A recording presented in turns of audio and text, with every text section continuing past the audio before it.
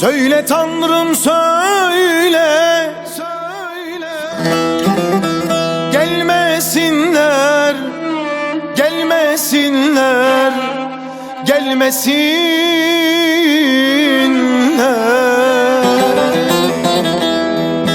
Bu canı içe sayanlar, merhametsiz yerde koyanlar, her gün ateş atanlar.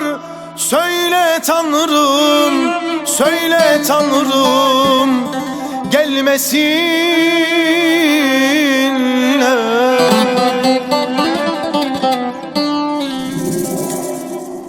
Gece gündüz içirenler, sebepsiz zora sokanlar, yaşamı zehir edenler. Söyle Tanrım, söyle Tanrım, gelmesinler.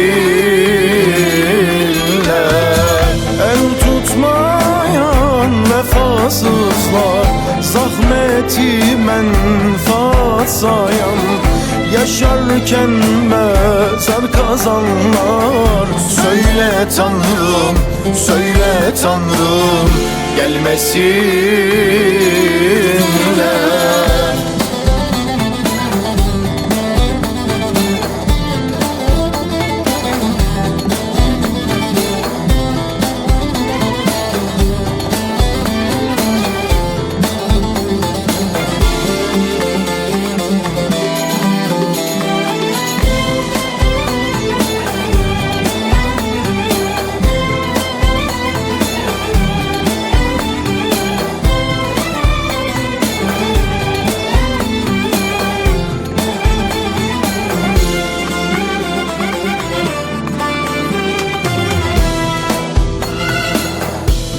Biz hayatı sessiz ve onurlu yaşardık.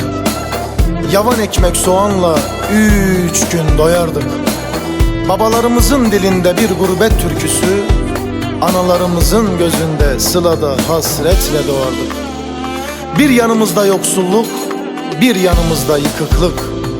Ondandır herkesi dost sanırdık.